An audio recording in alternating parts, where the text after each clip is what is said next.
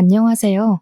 저는 딸 셋 집안에서 욕심 없이 자란 막내딸입니다. 제게는 나이 차이 좀 나는 연년생 언니들이 있어요. 현재 저희는 다 결혼을 해서 각자의 가정을 꾸리고 있고 또 영영 등을 돌리게 된 사이이기도 하죠.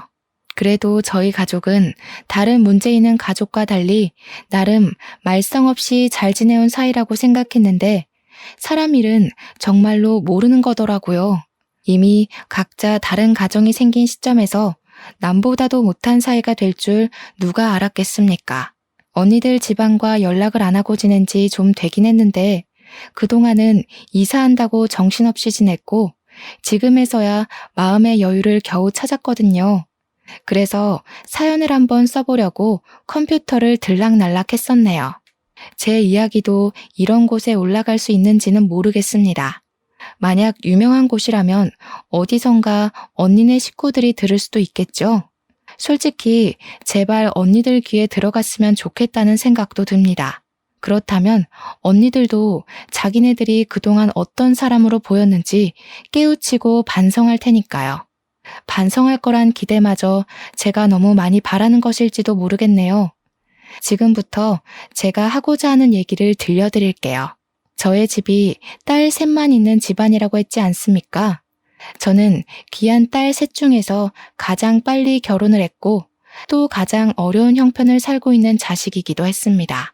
저보다 7, 8살 많은 큰언니와 작은언니는 연년생이었고 제가 태어나고 자라는 동안 둘은 이미 단짝 친구처럼 쿵짝이 잘 맞는 자매로 똘똘 뭉쳐 있었어요.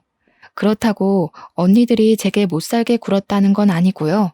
그냥 저한테 딱히 관심을 두지 않았어요. 그럴 만도 했죠.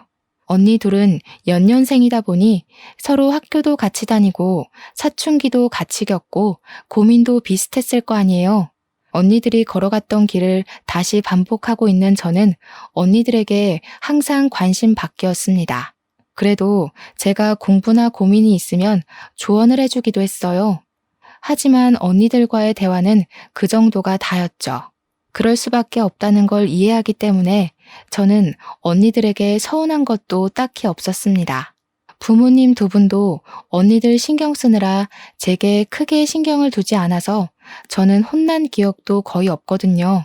처음부터 그런 환경에서 컸던지라 제가 이렇게 지내는 건 그저 당연하다고만 생각했어요. 가족의 무관심도 익숙해질 수 있는 요인인지 저조차도 몰랐네요. 제가 욕심 없이 큰 것에 비해 큰언니, 작은언니는 저와 다르게 학창 시절부터 실리를 좀 많이 따지는 사람이었습니다.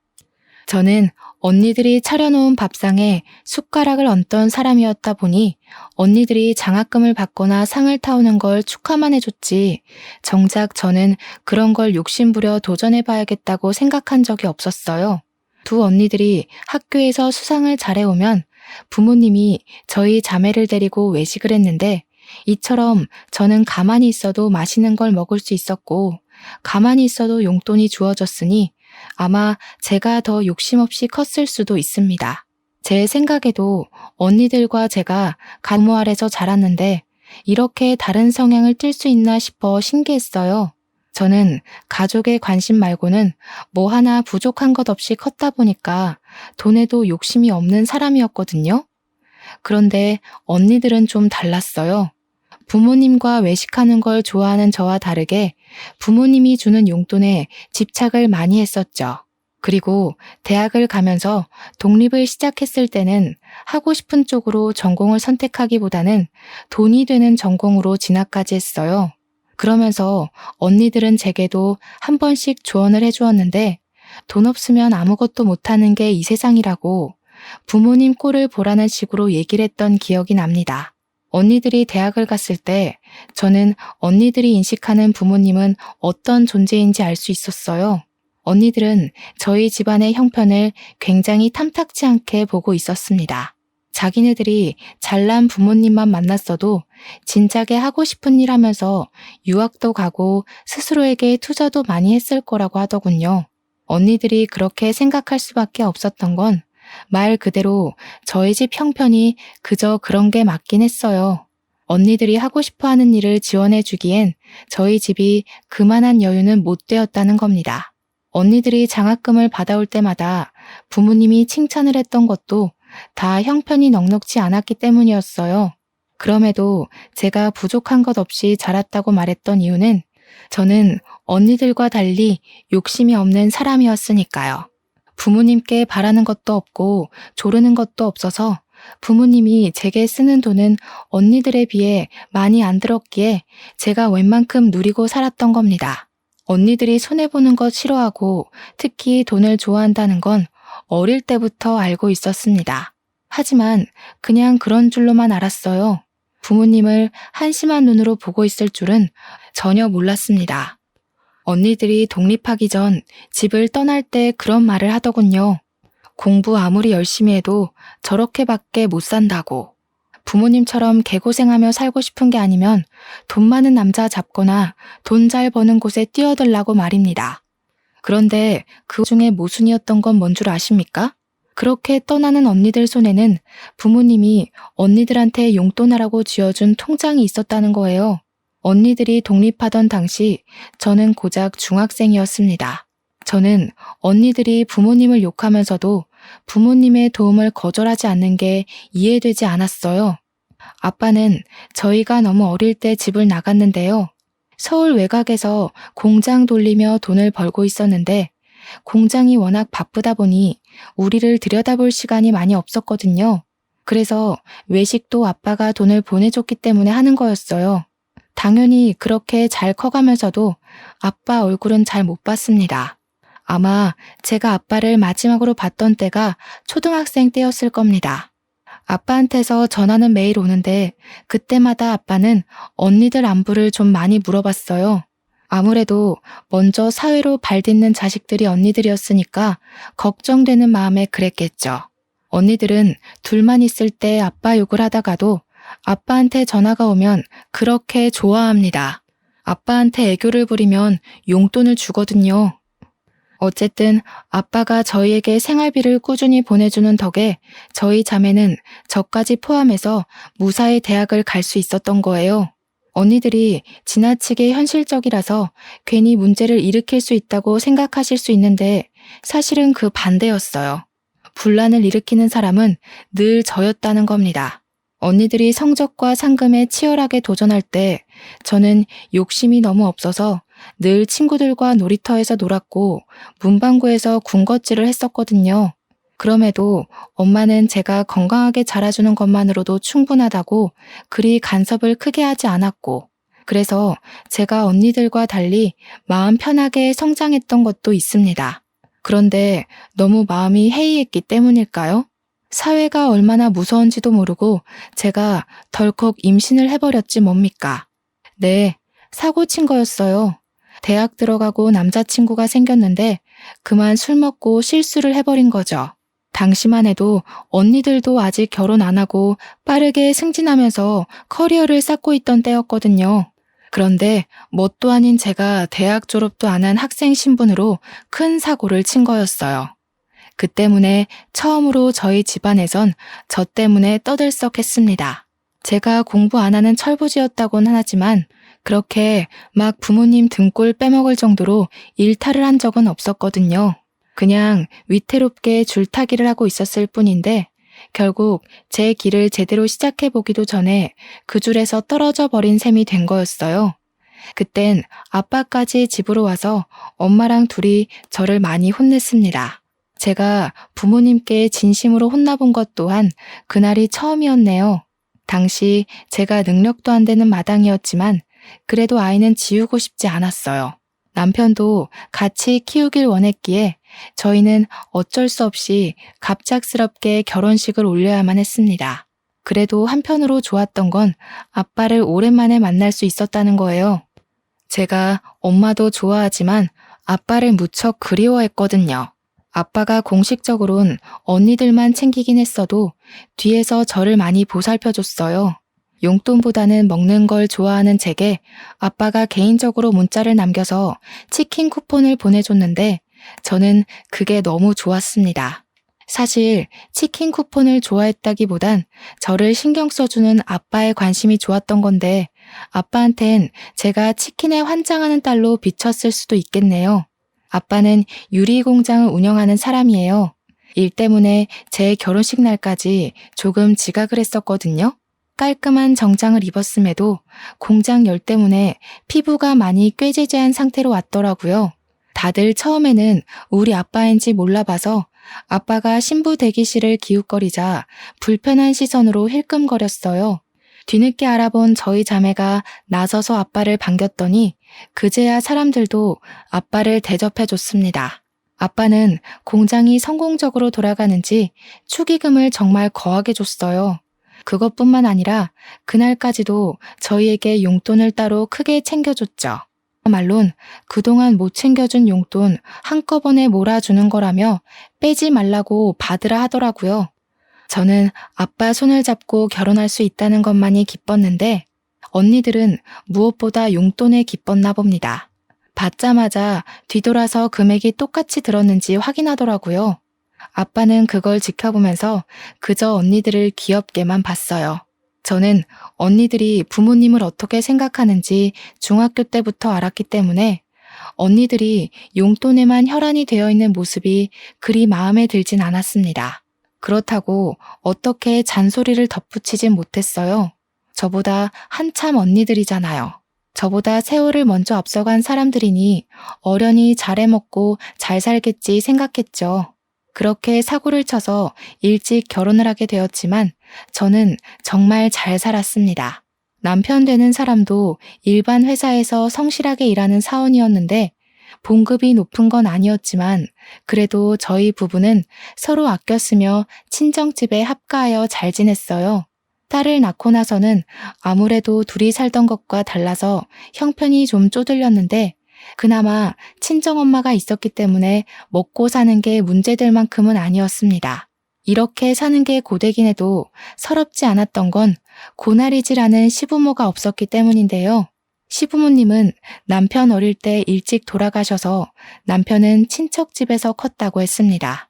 저보다 남편이 더 결혼을 하고 싶어 했는데 그 이유는 남편 말로는 결혼을 하면 친척집에서 완전히 독립할 수 있었고 그립던 가족이 돌아온 것 같다고 했어요. 아마 한량으로 살던 제 마음을 단단하게 붙잡아준 사람이 남편이 아닌가 싶어요. 부모님이랑 언니들도 저에게 이렇게까지 가정에 대한 책임감을 갖도록 만들어주진 못했는데 남편의 진심을 통해서 저는 아이와 남편에게 최선을 다하는 가족이 될 거라고 다짐했거든요. 그래서 남편만 벌이를 해오는 것이 마음 불편했어요. 아무래도 애를 키우려면 남편 혼자서 경제 부담하는 건 힘들 테니 저도 일을 하고 싶더라고요. 하지만 문제가 뭔지 다들 아시죠? 아이를 봐줄 사람이 필요하다는 거요. 친정엄마한테 감히 부탁하기 미안해서 며칠간 좋은 방법만을 고민하고 있던 차였어요. 아무래도 제 얼굴에서 티가 났나 보더라고요. 친정엄마가 제 고민을 알고 저더러 일 나가봐도 된다고 흔쾌히 제안해 주었습니다. 엄마가 딸 셋을 키운 사람이야. 손녀 하나 보는 거 힘들겠어? 초보 엄마인 너보다는 그래도 이 엄마가 경력자인데 잘 봐도 내가 잘 보지. 보미는 걱정 말고 박서방 고생하는데 같이 좀 도와줘. 엄마한테 너무 고마워서 저는 그 뒤로 엄마에게 꼬박 용돈을 챙겨줬습니다. 엄마는 아빠가 용돈 따로 준다며 한사코 거절을 했는데 아빠가 주는 돈은 엄마 용돈이기도 하지만 사실상 생활비거든요. 물론 이제 저희 자매가 다 커서 생활비가 넉넉하게 남긴 할 겁니다. 그래도 엄마가 자식 덕 보는 기분을 느끼게 해주고 싶었어요.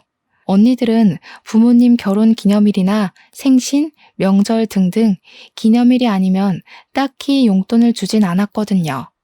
아빠는 제 결혼식 이후 또다시 잘 보지 못하고 있었는데 언니 둘이 차례대로 시집을 갈 때쯤 아빠를 또 볼 수 있었습니다. 그때마다 아빠는 저희 자매에게 해줄 것이 없다고 미안하다고 용돈을 더 많이 챙겨줬고 조만간 친정에 모여서 식구끼리 밥 한 끼 거하게 하자고만 남긴 뒤 또 금세 떠나버렸어요. 항상 그랬던 일이니까 저희는 아빠를 수년에 몇 번 보는 걸로 쉽게 만족했습니다.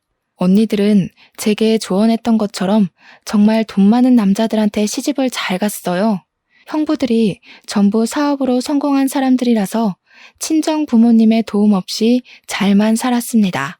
그 때문에 저는 어릴 때부터 나만 지금까지 가장 복병인 자식인 줄 알았어요.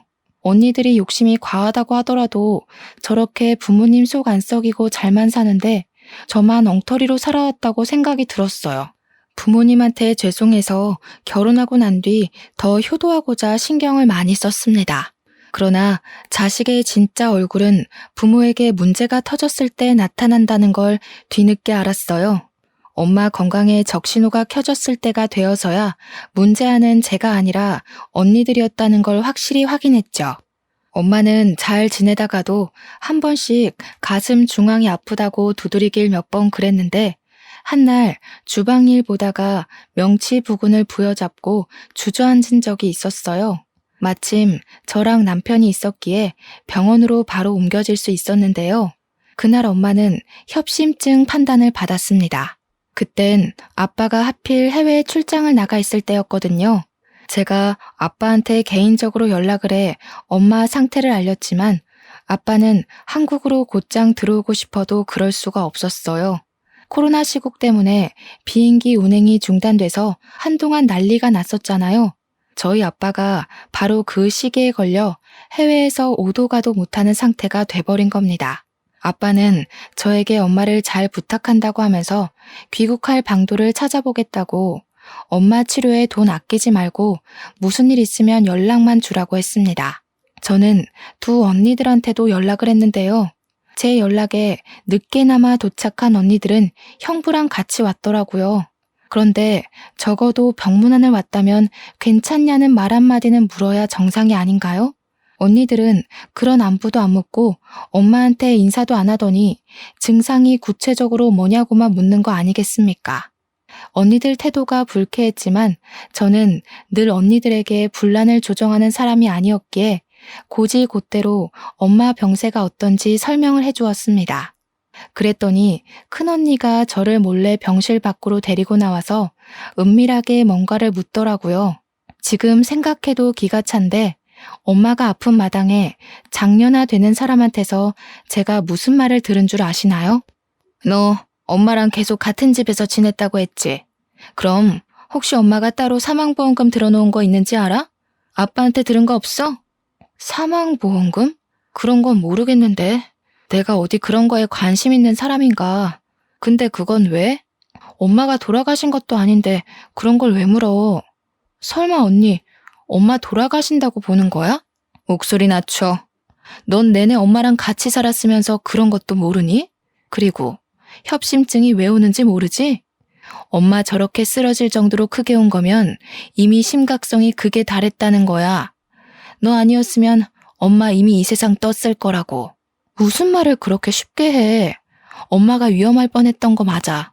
그래서 지금 치료 잘 돼서 회복 중이잖아. 그럼 다행이라고 생각해야지. 지금 언니 말은 엄마가 큰일 날 뻔했으니까 챙길 거 먼저 챙기자는 말로 들리는데 큰언니는 저를 애보듯 고개를 절레절레 저으며 혀를 끌끌 찼습니다. 저더러 인생 힘들게 살 것 같다고 하더니 저를 지나쳐 병실 안으로 들어가 버리더라고요. 그리곤 엄마한테 보험금 얘기를 직접 물어보는 거 아니겠습니까? 그때 엄마가 잠깐 정신 잃었던 걸 막 회복해서 저희 남편이 돌봐주고 있던 참이었거든요. 그런데 거기다 대고 큰언니가 엄마한테 사망보험금 얘기를 했다니까요. 너무 황당해서 제가 황급히 큰언니를 말렸는데 엄마는 이미 언니 의도를 알아듣고 눈치챈 것 같았습니다. 그 상황에서 작은 언니는 큰 언니가 아닌 저를 말리는 거 아니겠어요? 작은 언니 말이 이럴 때는 가만히 있는 거라고 뭘 모르면 빠져있으라더라고요. 형부들도 똑같았어요. 남편과 제가 상대적으로 어린 편에 속하니까 다들 저희들을 무시하는 경향까지 있었습니다. 솔직히 기분은 엄청 상했지만 제가 나서서 분위기를 뒤엎을 수는 없었어요. 당시에는 제가 아직 젊은 편이라서 제 주위에 잘못돼서 돌아가시는 사람들이 없거든요. 그렇다 보니 원래 사람이 잘못되면 사망보험금 같은 걸 제대로 따지는 게 맞는 건가 싶어서 살짝 긴가민가 했기 때문입니다. 하지만 제 남편도 두 언니들과 형부들의 행동을 이해 못하는 걸 보면 역시 그 모든 게 정상적인 분위기는 아닌 듯 했습니다. 저는 그날로 언니들에게 정이 많이 떨어졌어요. 차라리 언니들한테 연락하지 말 걸 후회도 했고 앞으로는 연락이나 안부를 넣지 말아야겠다고 다짐도 했죠. 엄마는 입원이 불가피할 정도의 상태였기 때문에 치료를 위해서 입원을 해야만 했습니다. 저는 엄마를 간병도 해야 되고 아이도 봐야 해서 어쩔 수 없이 일을 그만둬야 했어요. 최대한 제가 엄마 옆에 있을 거지만 그래도 아직 우리 딸이 아기다 보니까 아이를 하루 종일 병원에 둘 수 없잖아요. 엄마도 아이 때문에 마음이 불편하다고 해서 저는 할 수 없이 언니들한테 연락을 해야 했습니다. 웬만하면 언니들한테 엄마를 부탁하고 싶진 않았는데 간병인에 돈 쓰지 말라는 엄마 말 때문에 다른 방법이 없어서 결국 연락했어요. 같이 서울에 있는 언니들한테 전화해서 순번 돌아가며 엄마를 간병하자고 했습니다. 형부들 믿고 주부로만 놀고 먹던 언니들은 흔쾌히 알겠다고 하더라고요. 사람 속이 그리 쉽게 변하는 게 아닌데 언니들이 쉽게 수긍하는 바람에 제가 아주 잠시 언니들에게 기대를 했었네요. 언니들은 병실에 와서 엄마 얼굴 한번 보고 휴대폰만 하다가 1시간 만에 쌩 돌아가 버리곤 했대요. 이 사실도 엄마가 얼렁뚱땅 말해줘서 심증만 있었는데 우연찮게 제가 병실 들릴 일이 있어서 갔다가 직접 언니들의 나태를 목격했습니다. 그때 제가 작은 언니를 붙잡고 어디 가냐고 물어봤던 걸로 기억나요. 저녁 먹는 시간까지 엄마 곁에 있어줘야 하는데 언니가 오후 2, 3시쯤 병실을 나가더라고요. 제가 붙잡았을 때는 당황하기는커녕 오히려 뻔뻔하게 저더러 잘 왔다고 엄마 좀 봐달라는 거 있죠. 형부들 사업 도와야 된다고 길게 자리를 비울 수 없다네요. 학교 다닐 때는 부모님한테 그렇게 칭찬받으려고 악착같이 상 받아오고 상금 타오던 언니들이 이제 자기들만의 목표를 달성했다고 생각한 건지 돈 많은 형부들에게 시집가고부터는 거의 친정의 발길을 끈다시피 살았어요. 엄마 간병하는 것만 봐도 자식 같지도 않았다니까요. 제 자식들도 아닌데 보면 제가 다 서운하더라고요. 참다 못한 제가 홧김에 엄마한테 언니들 욕을 하면 엄마는 그저 괜찮다면서 요즘 사람들 바쁜 거 모르냐고 다 포용하는 거 아니겠습니까? 부모님이 가만히 계신데 제가 괜히 나서서 뭐 하겠어요? 언니들처럼 배경 좋은 집에 시집을 간 것도 아니고 함부로 누굴 덤빌 만큼 돈이 있는 것도 아닌걸요. 저는 언니들 간병 태도를 알고 나선 언니들에게 오지 말라고 했습니다. 언니들이 얼씨구나 좋아하더군요. 그리곤 엄마 간병은 오로지 저 혼자 해냈어요.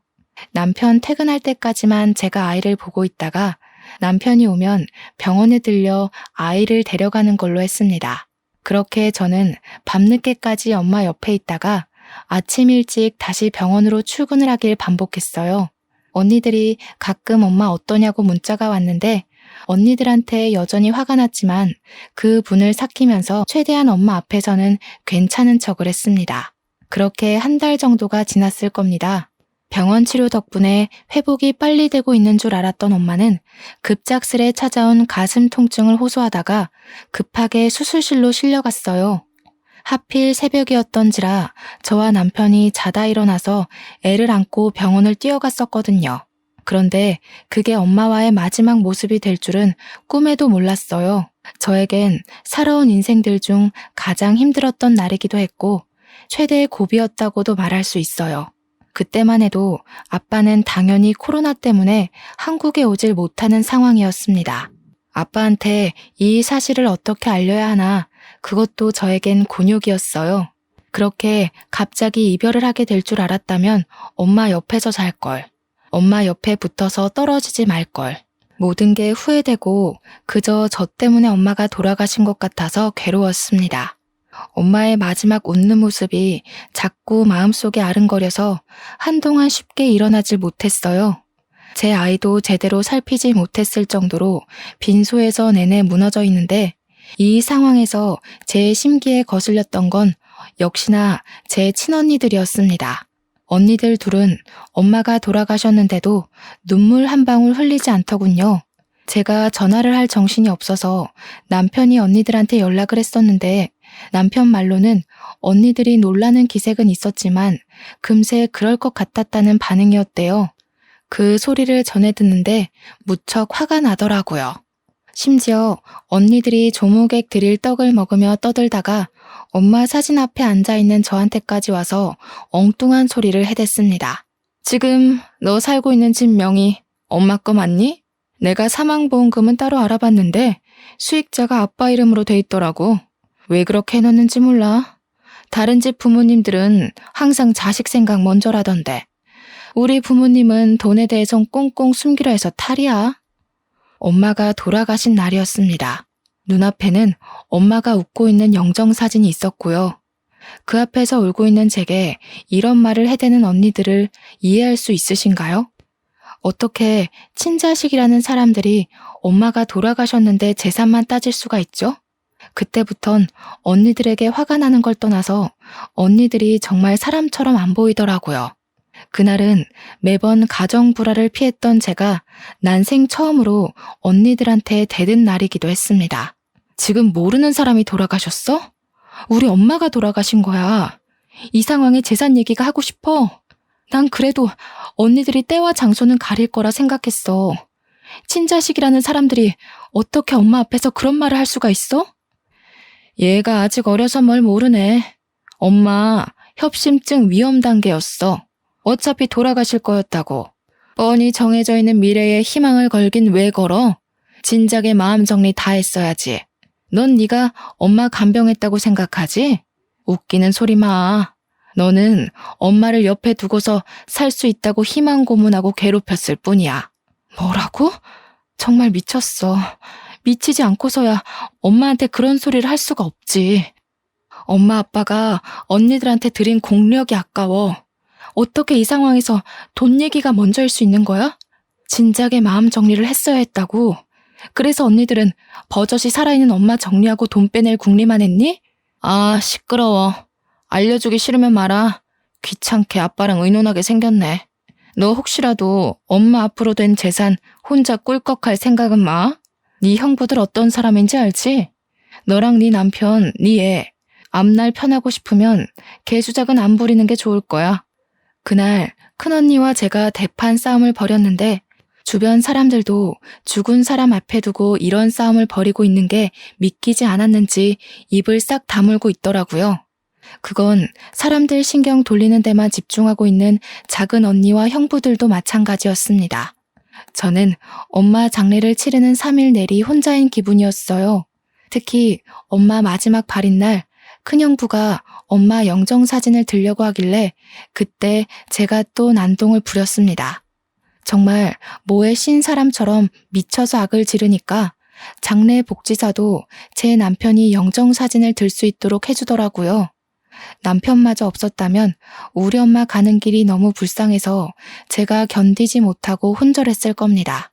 실리를 따지는 순간 언니들처럼 저렇게 밑바닥이 된다는 사실, 그걸 가족을 보고 깨우쳤다는 게 정말 속상한 일이지 않습니까? 그 길로 저는 친언니들을 제 삶에서 완전히 배제했습니다. 물론 친언니들도 제게 따로 연락을 안 하긴 했어요. 엄마랑 살던 집이 아빠 명의로 되어 있는 걸 알고 더 연락을 안 하는 것 같더라고요. 참 징한 사람들이죠. 형부들이 사업 잘해서 명품을 그렇게 휘두르고 다니면서도 콩고물 같은 친정 재산까지 탐을 내는 것 좀 보세요. 돈에 대한 욕심이 정말 끝도 없으려면 이렇게까지 과욕을 부릴 수 있나 봅니다. 언니들의 금전욕 정말 지긋지긋하네요. 아빠한테 엄마에 대한 소식을 알리는 것도 정말 힘들었어요. 제가 엄마의 죽음을 제 탓했던 것처럼 아빠도 자책을 많이 했어요. 자신 때문에 엄마가 홀로 고생 많이 해서 그런 거라고 엄마 가는 길을 지켜주지 못해 괴로워하셨습니다. 야속하게도 시간은 생각보다 빠르게 흘러갔는데요.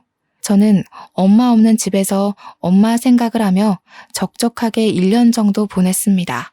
어느 날 뉴스를 보니 몇 군데는 비행기 운행이 가능하다는 소식이 들려오더군요. 아빠도 귀국했는지 궁금해서 지난주까지 주고받던 연락을 한 번 더 넣었어요. 다행히 아빠가 귀국을 했다고 하더라고요. 조만간 집에 들르겠다고 했는데 그 연락이 끊기고 나서 일주일 뒤에 아빠가 집을 찾아왔습니다. 그런데 말이에요. 아빠 몰골이 완전 말이 아닌 거 있죠? 아빠가 아빠 입으로 신원을 증명해주지 않았다면 그냥 동네 거지가 초인종을 눌렀다고 생각했을 정도였습니다. 그만큼 아빠는 노숙인 몰골로 집 앞에 서 있었어요. 아빠, 도대체 무슨 일이 있었던 거예요? 어쩌다가 이런 고생을, 추운데 옷까지 얇게 입으시고, 일단 들어오세요. 들어와서 얘기해요. 시기가 겨울이었는데 저희 동네가 유독 바람이 많이 도는 곳이라서 더 추웠거든요. 그런데 아빠는 누더기 같은 티셔츠만 입고 있고 겉옷은 안 입고 있더라고요. 감기라도 걸릴까봐 얼마나 걱정이 되던지. 얼른 따뜻한 곳으로 모셔야 될 것 같아서 아빠 손을 잡고 안으로 안내했습니다. 보일러를 후끈후끈하게 틀고 따뜻한 차를 준비했어요. 아빠의 얼음장 같은 몸이 좀 풀릴 때까지 저와 남편은 지극정성으로 아빠를 살폈고 이제 3살인 제 딸 눈에도 우리 아빠가 추워 보였는지 가지고 놀던 담요를 들고 와서 아빠한테 덮어주더라고요. 아빠는 제 딸이 걸음마도 못할 때 2번 정도 보고는 오랜만에 보는 거였어요. 아빠가 제 딸한테서 눈을 못 떼는 거 있죠? 예봄이가 참 많이 컸구나. 어쩜 너 어릴 때랑 이렇게 똑 닮았니? 네 엄마가 예봄이를 많이 안아줬다지? 아이고, 이 할아비도 우리 손녀 좀 안아봐도 될까? 제 딸의 할아버지 되는 입장으로서 손녀를 안아보는 건 당연하다고 보는데 아빠는 마치 허락 없이는 제 딸에게 손을 못 댈 것처럼 조심하더라고요. 제가 당연히 된다고 무슨 그런 말을 하냐고 했더니 아빠가 너털하게 웃으면서 제 딸을 안아보았어요. 딸 입장에선 한 번도 본 적 없는 할아버지가 낯설었을 텐데도 마치 원래 알던 사이처럼 친근하게 안기는 거 있죠? 저희 부부야 괜찮지만 솔직히 딸에겐 아빠의 키키한 냄새가 후각을 찔렀을 텐데도 딸은 아랑곳 않고 아빠 휴대폰에 달린 장식고리를 갖고 놀더라고요. 아빠가 제 딸을 안고 있는 모습을 보니 엄마가 겹쳐 보여 괜스레 마음이 찡 울렸습니다. 그보다 얼굴 못 본 세월 동안 아빠한테 대체 무슨 일이 있었던 건지 무척 걱정이 되었어요. 아빠, 무슨 일이 있었는지 저희한테 말해줄 수 있어요? 저희는 당연히 아빠가 공장 때문에 바쁘게 지내는 줄만 알고 있었는데 그게 아니었던 거예요? 아무래도 시국이 이렇다 보니 내가 운영하던 공장도 문을 닫게 되었어. 어떻게 해결해 보려고 해외까지 나갔더니 그게 이렇게까지 발목을 잡힐 줄 몰랐네. 해결도 못하고 그만 개털이 되어버렸지 뭐야. 세상에, 고생 많았겠어요. 아빠가 그렇게 고생하고 계시는 줄도 모르고 저희는 저희 사느라 바빴네요. 엄마가 아빠 정말 보고 싶어 했는데 아빠 힘든 거 아셨다면 엄마도 걱정 많이 했겠죠? 그래서 내가 더 말 못했어. 정말 아빠로서 면목이 없구나. 딸아 정말 미안하지만 내가 지금 가진 것이 하나도 없다. 당장 갈 곳도 없어서 그러는데 나 좀 걷어줄 수 있겠니? 제가 자식인데도 불구하고 조심스레 눈치 보며 묻는 아빠의 말이 너무 가슴 아프게 박혔습니다. 아빠는 항상 우리를 위해서 거의 반평생을 타지에서 고생하느라 가족과 시간도 못 보냈고 또 엄마 돌아가시는 길도 못 봤지 않습니까? 제가 아빠 입장을 대신 생각해도 이렇게나 속상한데 정작 아빠는 혼자서 얼마나 괴로웠을까 싶더라고요. 아빠, 그게 무슨 말이에요? 당연히 우리가 모셔야 마땅한 거지. 더 이상 일할 생각은 말고 앞으로는 푹 쉬어요. 저희가 일하면 되니까 걱정 마시고요. 제 말에 남편도 흔쾌히 동의하면서 아빠가 자신 때문에 눈치 보지 않도록 계속해서 아빠를 위로해 주었습니다. 그러자 아빠가 한동안 말이 없더니 갑자기 흐느끼기 시작하더라고요. 딸이 아빠 얼굴에 손을 깔짝깔짝 대면서 눈물을 닦아주었고 남편은 얼른 휴지를 가져와서 아빠한테 드렸어요. 아빠는 남편에게 고맙다고 하면서 뒤이어 갑자기 눈물을 보인 이유를 말해주었는데요. 그 사실이 제 인생을 바꿨고 당혹스러운 충격을 안겨주었습니다. 내가 너희 집에 오기 전에 하루 이틀 간격으로 큰애랑 둘째 집에 들렀다가 왔다. 그런데 그 녀석들 둘 다 거짓골이 된 나를 모른 채 하더구나. 그러니까 아빠 말씀은 아빠가 귀국했다는 소식을 연락받은 큰언니가 아빠가 집을 당도했을 때 엄청 반기면서 문을 열었대요. 그런데 아빠의 몰골과 거짓골이 된 사연을 듣자마자 얼굴색 싹 변하면서 아빠를 모른 척했다고 하더라고요. 그리고 작은 언니 또한 아빠 꼴을 보자마자 놀란 표정을 짓더니 아빠인 걸 막 부정하면서 경찰에 신고할 거라고 협박까지 했다더라고요. 아빠가 맞는다는 걸 알아채고 나서는 아빠를 밀어내며 형부랑 같이 대놓고 문전박대를 했다고 했습니다. 아빠는 두 언니들 대응을 회상하며 또 한 번 상실감을 느꼈는지 휴지로 눈물을 몇 번 더 훔쳤어요. 같은 배에서 나온 자식이라도 이렇게 다를 수 있다는 걸 네가 알려줬구나. 너희 엄마가 먹여주고 키워주면서 그 고생을 했는데 이 천벌 받을 것들. 아무짝에 쓸모없는 그런 자식들은 나도 더 이상 필요가 없다. 우리 막내딸, 네가 엄마 마지막 가는 길도 외롭지 않게 지켜줬다고 했지? 이 돈 바꿔라. 아빠의 뒷주머니에서 꼬깃꼬깃 꺼낸 것을 제게 내밀었습니다. 좀 많이 해진 통장이더라고요. 그리고 그 안에는 무려 18억의 숫자가 기재되어 있었습니다. 저랑 남편은 놀라서 이게 뭐냐고, 이 돈을 왜 우리를 주냐고 했는데 그 다음 아빠가 해주는 말이 제게 두 번의 충격을 안겨주었습니다. 아빠가 사실은 저희 자매를 시험해보기 위해 일주일간 거짓말을 해왔다는 거 아니겠습니까?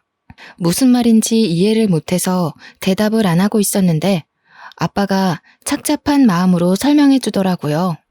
미안하구나. 나도 아빠로서 이래선 안 된다는 거 알지만 너희들 효심을 보기 위해서 일부러 시험을 한 거란다. 엄마가 죽기 전에 나한테 연락이 왔었어. 큰딸이 사망보험금에 대해 물었다고. 그 소리를 듣는데 내가 심장이 얼마나 떨리던지 내가 가진 재산을 너희에게 공평히 나눠주면 안 되겠다는 생각이 들더라고. 아빠가 공장이 망한 건 거짓말이래요.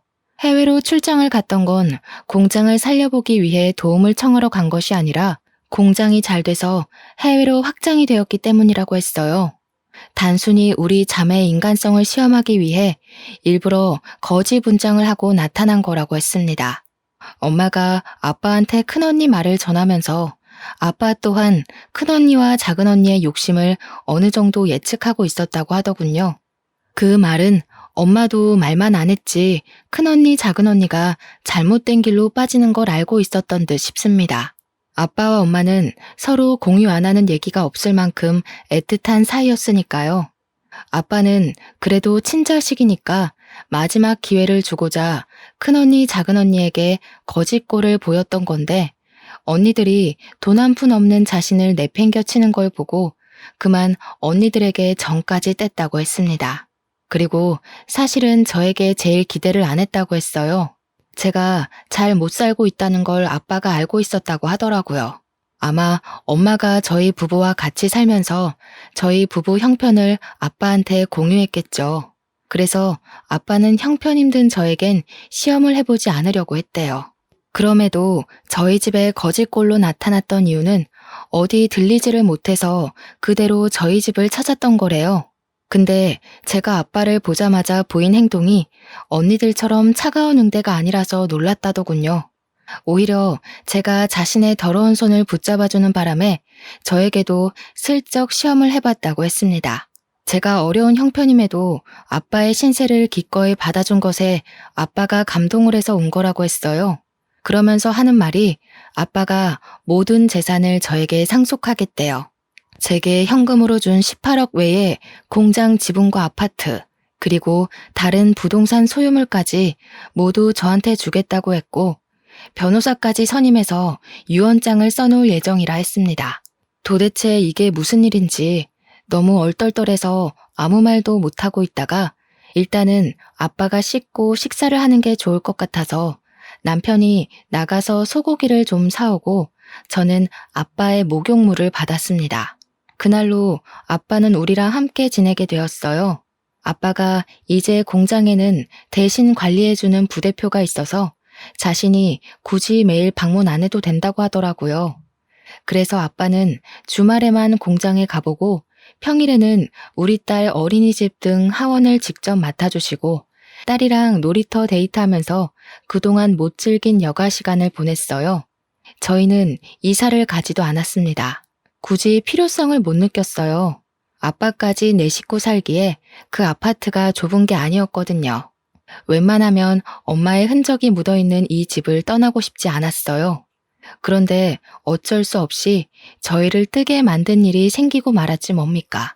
아빠가 거지 분장을 했었단 사실과 재산 상속 사실을 뒤늦게 알게 된 큰언니와 작은언니가 저희 집을 찾아온 거 아니겠습니까? 형부들까지 다 들이닥쳐선 손녀랑 놀고 있는 아빠 앞으로 조르륵 무릎을 꿇더라고요. 아빠, 정말 너무하셨어요. 어떻게 저희랑 상의 한번 안 하고 막내한테 전부 재산을 상속할 수가 있어요? 아빠가 상처받았다는 거 이해해요. 그래서 잘못했다고 비는 거니까 제발 상속 문제는 다시 의논해요. 네? 뭐가 잘못됐는지도 모르고 또 돈 문제로 유난이구나. 집안의 장녀가 이 모양이니 내가 어디 쪽팔려서 딸 셋이라고 자랑을 할 수가 있나. 너희한테 부모는 돈 없으면 내쫓고 돈 많으면 대접해주는 그런 존재냐? 난 더 이상 날 돈으로 보는 자식들 필요 없다. 이미 내 마음속에서 다 지워버렸어. 썩 나가. 듣자 하니 형부들도 그리 떵떵거리던 사업이 휘청 기울었나 보더라고요. 아빠가 화내실만 하지 않습니까? 큰언니랑 작은언니가 호소하면서 잘못했다고 빌긴 하는데 어째 호소하면 할수록 더 밉상인지 모르겠어요. 뒤에서 듣는 제가 다 기가 막히더라니까요. 형부들도 사업 자금이랑 빚 때문에 아빠 재산에 목숨 매며 도와달라고 고개를 쳐받고 있는데 그걸 보면서 언니들이 참 자기네들이랑 똑같이 돈에 미친 남자를 만났구나 싶었어요. 결국 아빠는 언니들 꼴 보기 싫다면서 상 좀 그만하고 방으로 쌩 들어가 버렸습니다. 언니들이랑 형부들은 한참 아빠 방 앞에서 얼쩡거리다가 이젠 저한테까지 아빠 좀 설득해달라고 부탁하고서 나갔어요. 그리고 저희는 아빠의 권유로 결국 큰언니, 작은언니네가 모를 곳으로 이사를 가게 되었습니다. 엄마와 추억이 깃든 곳을 두고 온 것이 마음에 걸렸지만 아빠가 엄마를 직접 보러 자주 가자고 해줘서 그 집을 놓아줄 수 있었네요. 이사 간 곳은 아빠가 다니는 공장과 가까웠는데 그곳이 사실 남편 직장과는 거리가 좀 멀거든요. 그런데도 남편은 한마디 불평 안 하고 아빠가 선택한 집으로 이사를 했는데요. 아빠가 그쪽으로 이사 간 이유가 다 있더라고요. 자네, 나랑 같이 공장 일 해보지 않겠나? 내가 이제 슬슬 건강에 신경 써야 될 나이잖아. 우리 딸이랑 같이 공장 인계 받으면 좋을 것 같은데. 어떤가? 예? 제가 어떻게 그 큰일을... 전 그리 그릇이 큰 사람 아닙니다, 장인어른. 혹시라도 제가 했다가 공장 잘못되면 저 책임질 능력도 못 돼요. 처음엔 남편이 공장 규모에 놀라서 대표 인계를 마다했는데 아빠가 성실함만 갖추고 있다면 누구나 할 수 있는 일이라고. 아빠가 본 사람들 중 제 남편이 제일 성실하다면서 용기를 주어서 그 제안을 받게 되었습니다. 남편은 아빠한테 너무 감사하다고 눈물을 흘렸어요. 현재 남편은 아빠와 같이 공장으로 출퇴근하면서 인수인계 받는 중입니다. 아빠는 정말 남편한테 공장 대표를 온전히 떠맡길 생각으로 정말 꼼꼼하게 가르치고 있어요. 남편이 힘든 내색 안 하고 잘 따라주는 게 얼마나 자랑스러운지 모릅니다. 저는 딸이 좀 더 크면 뒤이어 배워볼 생각이에요. 아마 이대로라면 자식이 2명, 3명 있더라도 무리 없이 키울 수 있을 여건이 될 것 같아요. 이게 다 저의 위대한 아빠 덕분이겠죠. 저희 자매 중 가장 가난했던 제가 한순간에 대박 부자가 된 셈이니 정말 남부럽지 않게 아이를 키워볼 생각입니다. 아빠도 손녀가 못하는 것 없이 다 누리며 크길 바라시더라고요. 그러면서 저보고도 과거에 형편 어려워서 못 해봤던 것들 다 해보라고 꼬박 용돈도 주시는 거 있죠. 모든 게 행복하고 좋은데 이런 자리에 엄마가 함께 있었다면 더 좋았겠다 싶어 아쉽지 뭐예요. 엄마도 하늘 위에서 저희처럼 마음 편히 즐기고 계실 거라 믿습니다. 그리고 언니들이랑 형부는 제가 몰라 그 동네 찾아가서 소식을 들었는데 아파트 살 능력이 못 돼서 어디로 이사를 간 것 같더라. 언니네 집 둘 다 우편함에는 밀린 관리비가 잔뜩 쌓여 있었어요. 그리고 작은 언니 우편함에는 상간녀 소송장까지 날라와 있었습니다. 아무래도 작은 형부가 망했다 보니 작은 언니가 다른 방편으로 불륜을 저질렀나 봐요. 정말 끝도 없는 밑바닥이네요. 아빠 말대로 저희가 같은 엄마 배에서 나온 게 맞나 싶습니다. 그나마 가족이기 때문에 이만큼 관계를 끌고 왔던 거지, 남이었다면 애초에 얼굴조차 마주할 일 없었을 사람이에요. 앞으로라도 길 가다가 마주치는 일 없었으면 좋겠습니다. 제 이야기는 여기까지예요. 가족인데도 불구하고 참 답 없는 사람들이죠. 남도 아니고 가족이 이런 꼴이면 진짜 많이 힘든 것 같아요. 청취자분들 주위에는 이런 위험한 인물들이 없었으면 좋겠네요. 그만 인사드리겠습니다. 들어주셔서 감사해요.